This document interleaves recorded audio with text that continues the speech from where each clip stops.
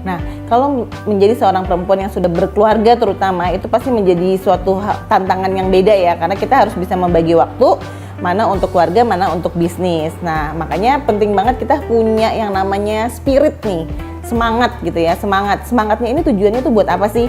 Kita tuh kalau misalnya hanya mikirnya hanya uang, pasti kita tuh bakal bisa putus asa di tengah jalan, ganti lagi bisnis yang lain, mana yang menghasilkan uang gitu ya, kalau misalnya tujuannya uang. Jadi semangat yang memang benar-benar kira-kira apa sih yang membuat kita akan terus bertahan, kalau bisa 10 tahun ke depan kita tetap menjalankan bisnis ini. Itu yang pertama. Terus yang kedua harus ikhlas.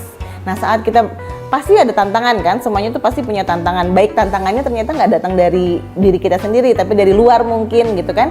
Nah, kita harus terima tuh, ikhlas gitu ya, ikhlas menerima semua kondisinya. Kita harus bisa menyikapi apa yang bisa kita lakukan, karena kita nggak bisa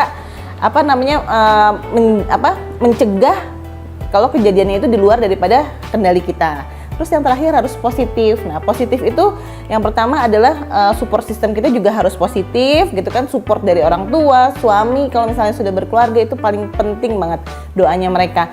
Terus juga tetap harus punya pikiran yang terus positif dan hati yang harus positif feeling terus gitu ya, seperti itu kira-kira.